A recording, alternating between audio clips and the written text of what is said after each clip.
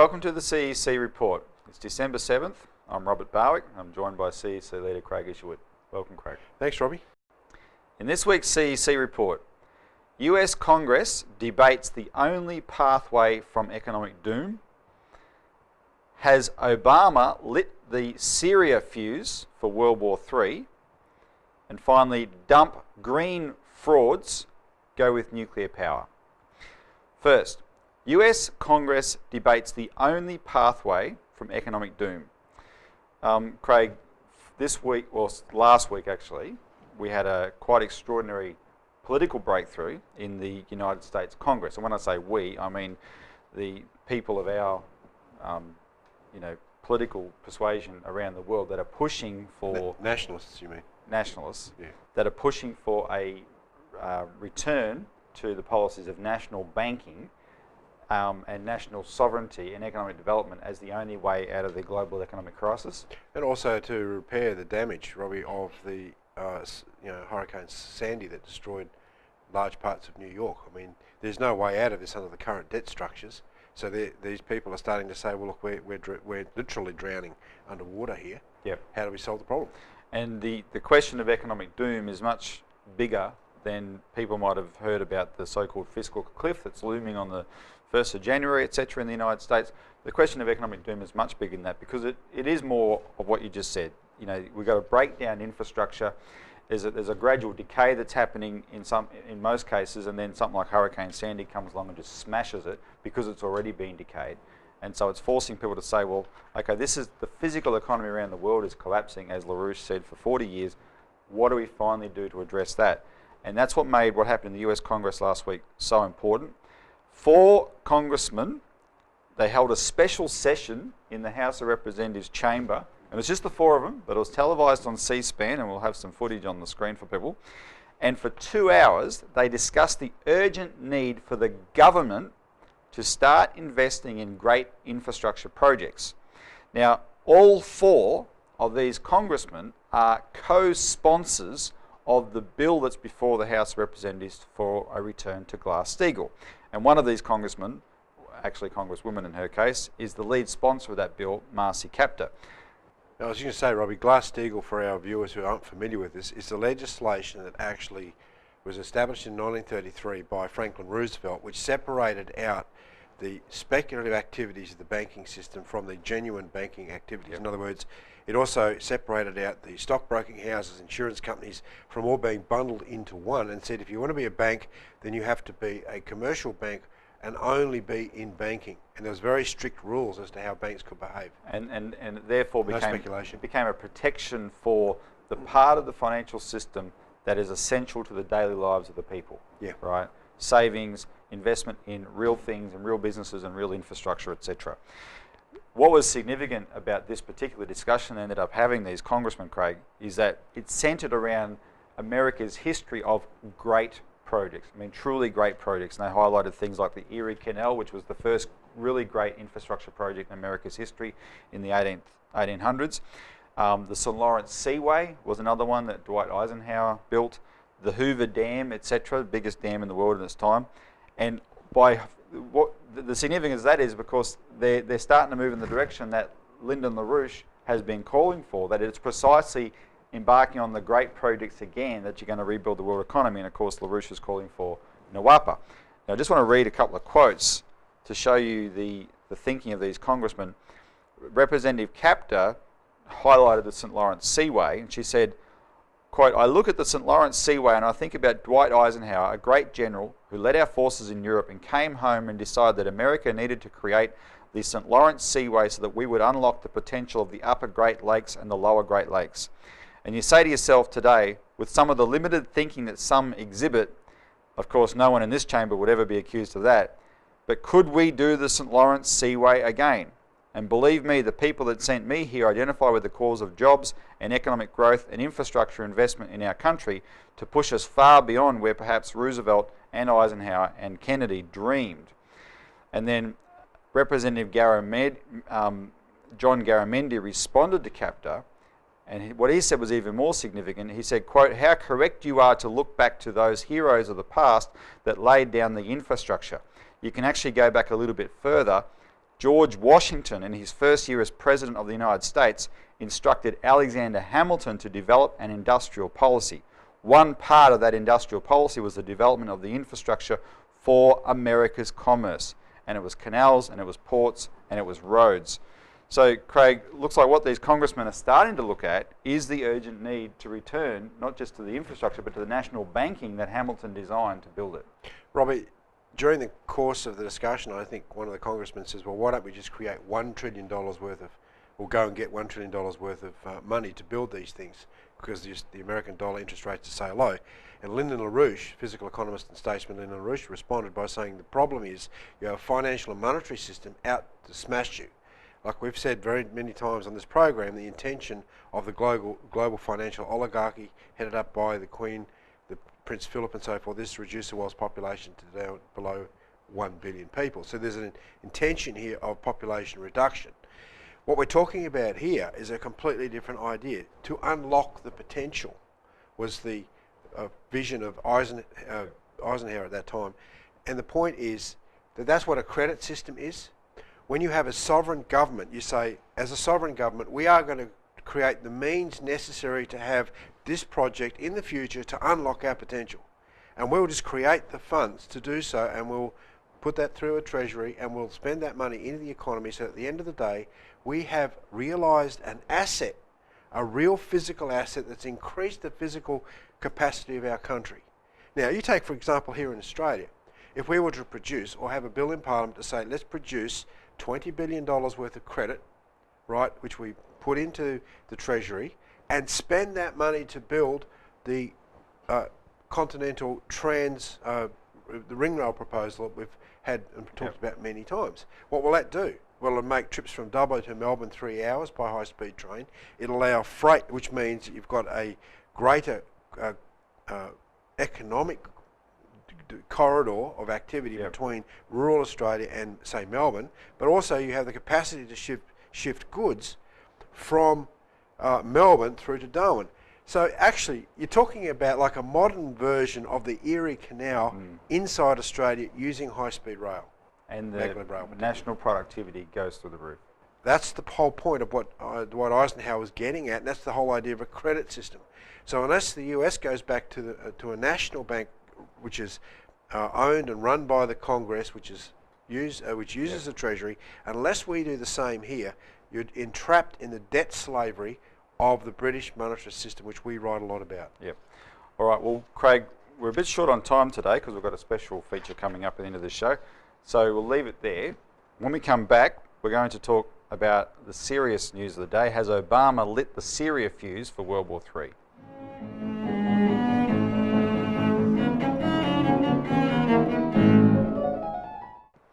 Welcome back to the CEC Report. Has Barack Obama lit the Syria fuse for World War III? Now, there's a question of timing here, Craig, because we've just talked about a very important political breakthrough in the US Congress, and it's a breakthrough, of course, that Barack Obama and his British backers would hate, any move away from the British monetary system to a credit system. So I'm sure, directly related to that, all of a sudden this week, Obama gave a speech, and the speech was all about the dire emergency, supposedly, of Syria's weapons of mass destruction. Here we go again with Iraq. Is that what you're suggesting? Here we go again indeed. Namely, chemical weapons, namely sarin gas. And it's a real, it's like, it reminds me of Tony Blair's dossier actually, which is that Iraq has missiles that can hit us in 40 minutes and all this stuff. Because in this case, supposedly, Assad in Syria is surrounded. He's going to lose soon, which I didn't know to be true at all, and I'm not sure it is true. So therefore, he has mixed the sarin gas, and it's got a 60-day expiry date. It's useless after 60 days, and of course, they're highlighting the 60 days to say that this is urgent, and he's only done it because he intends to use it, and he intends to use it against his own people. And the reason this is particularly important is because months ago, Russia and China have made it clear that they're not going to sit idly by this time if America and Britain went into Syria like they did into Libya and like they did into Iraq, etc.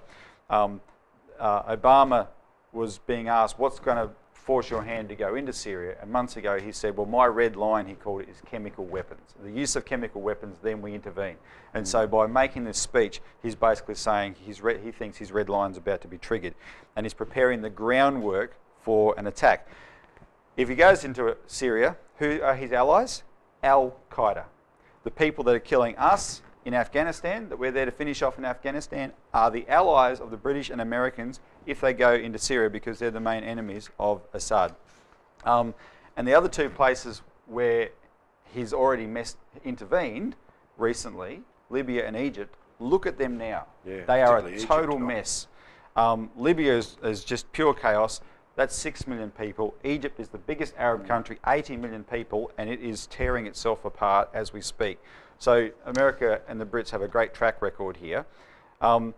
This picture of the Middle East is what Russian Foreign Minister Sergei Lavrov meant when he said on US TV in September that the Arab Spring has turned into the Arab Autumn, and then he added the warning that he hopes it doesn't become the nuclear winter. So, Craig, any move that Obama makes against Syria, as we've said here many times, is really against Russia and China. But why is this connected to the economic crisis? Because, Robbie, Russia and China aren't as tightly linked into the global financial disintegration that's taking place, particularly in the transatlantic period right now. In fact, they've got policies of actual economic growth, or at least attempting that direction. Now, as the West's financial system is disintegrating, it's creating a counterposition with Russia and China. So they're not going to, when the system completely collapses, the British system isn't going to be, and Britain itself is not going to allow the entire system to exist. They're not going to allow Russia and China to have that economic clout. So the intention is to get these guys embroiled in a war. Now that war can be started either through Iran, or which is also very closely associated to Syria, or Syria itself, that Russia has specific treaties, it has military bases there, and so forth. So the intention... Or China via the messing around the Pacific, but that's sort of like a longer fuse. This Middle East... Yeah, that's the Asia pivot thing of Obama as well, right? Look, the intention here is to stop the development of sovereign nation states. And we talk a lot, again, on this program about this concept of sovereignty. People don't understand this concept of sovereignty, but this is where sovereign governments, like Assad's government, governs its people. And what you have is this right to protect doctrine that's come in from Tony Blair, that's seen the destruction of Libya, it's seen the destruction of Iraq, and now it's overseeing the destruction of Syria, because this concept of national sovereignty, the sovereignty of a nation state, is no longer considered to be the sacrosanct. The Treaty of Westphalia that was established in 1648, which overturned the 100 Years' War, this principle of the advantage of the other, of national sovereignty, protecting national sovereignty, has been thrown out the window, and consequently the idea is one world government, no national sovereignty, everything run by a global financial oligarchy which is centred in London and Wall Street, and anything outside of that has to be smashed. And that's what we're seeing in the way the world functions today. Because if these countries do have their own sovereignty, like the Russians and the Chinese are so protective of, that will gives them the ability to respond on their own to the economic crisis as it affects them. And of course, a country that does that will not want to abide by the City of London's rules of credit. They will go with their own credit if they have to, if that's what it takes. And of course, we highlighted here last week, Craig, about China building this massive water project, diverting water from one side of the country to the other, when most of the rest of the world has signed onto the green agenda of shutting down any such developments. Yeah, Robbie, the other danger is that in Europe they're dismantling not dismantling, but they're adding to the ballistic missile defence system of NATO, which Russia sees as a strategic threat, because it dismantles the insane mutually assured destruction policy since the post-war period. We write a lot about that in our latest New Citizens, which people should get a copy of, because it then shows you how dangerous any actions in Syria or against Iran are. All right, we'll leave it there. When we come back, Craig's going to say goodbye, and we're going to be joined by... I'm saying goodbye now, Robbie. Oh, goodbye, Craig. We're going to be joined by the CEC's engineering consultant, Jeremy Beck, to discuss dumping green frauds and going with nuclear power.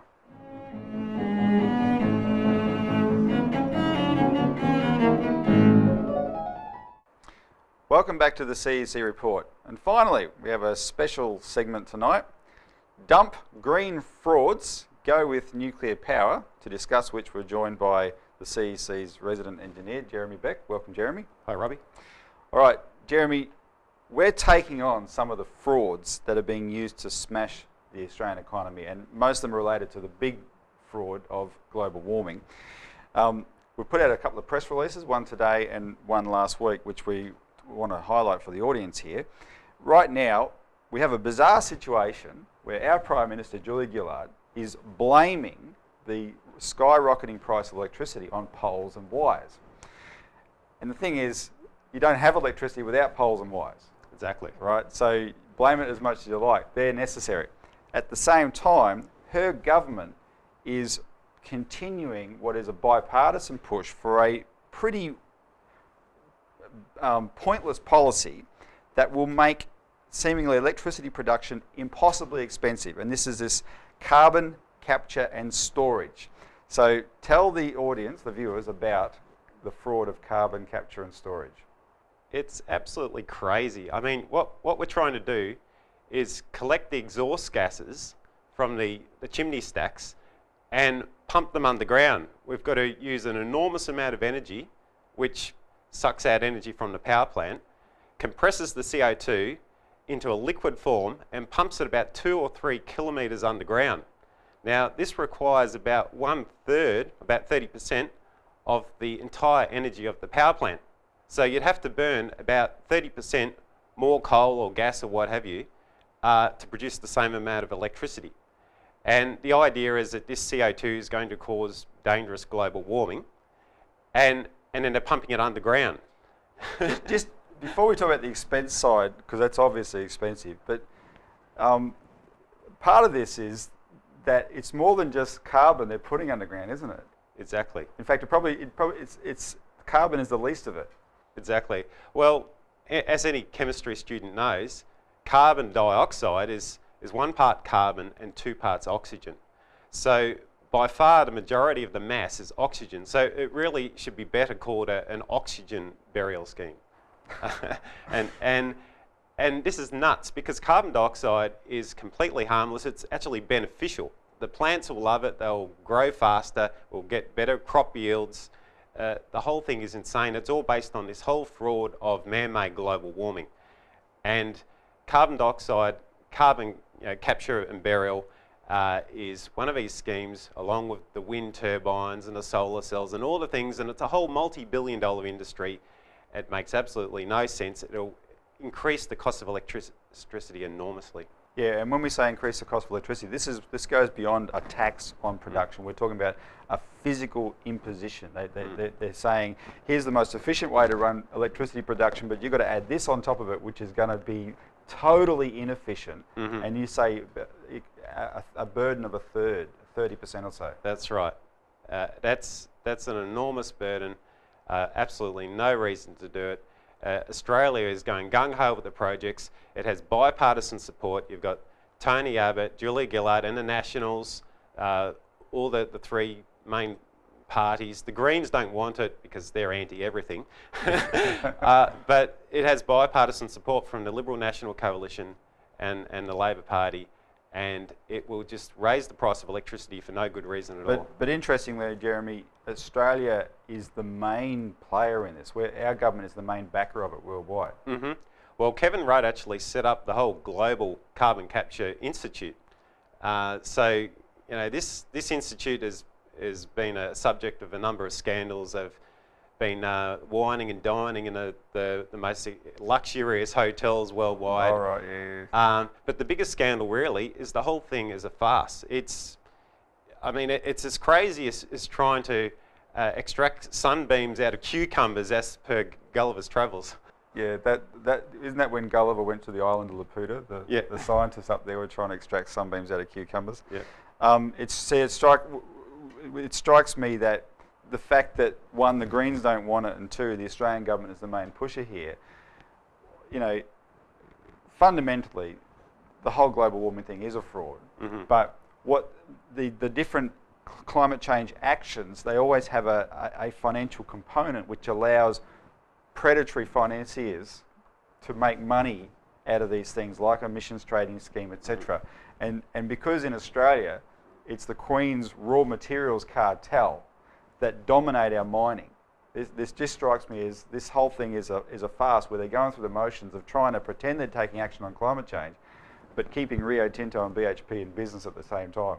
Which is why the Greens think it's rubbish, because, you know, but would that be true? Yeah, well, look, because you're going to have to build more power plants because you're reducing the efficiency of the power plants. It'll increase coal consumption. It will. You'll be burning about 30% more coal to produce the same amount of electricity. So, you know, these big mining cartels, they're all fine with that. They don't care that the electricity is going to be, you know, much more expensive. No, of course not. And it keeps people under wraps. It keeps people controlled. All right, well, listen, let's leave the island of Laputa and those crazy scientists. Let's come to the real world. We put out a very good release last week, and the gist of it is if we're serious about expanding our electricity capacity in Australia, we've got to go nuclear. Exactly, yeah. Well, nuclear power is really the most efficient and should be the cheapest. You know, when you consider the energy density in just nuclear explain power. that to people, the energy density. Well, you know, if you look at a fuel that is a certain mass, a certain volume and size and so forth, usually you measure energy density in, say, joules or kilowatt hours per kilogram.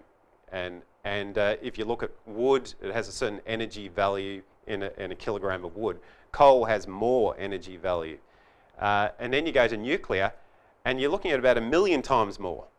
So you a million times more. Yeah, thereabouts, depending on the, right. you know, whether it's uranium or thorium and the way you use it. But it's an enormous amount more energy per unit mass. So because there's so much more energy in it, it really should be much, much cheaper. But the green movement's trying to do everything possible to try and shut it all down, and with unnecessary propaganda such as Fukushima's some big disaster story, when in actual fact not one person died from a radiation overdose at Fukushima.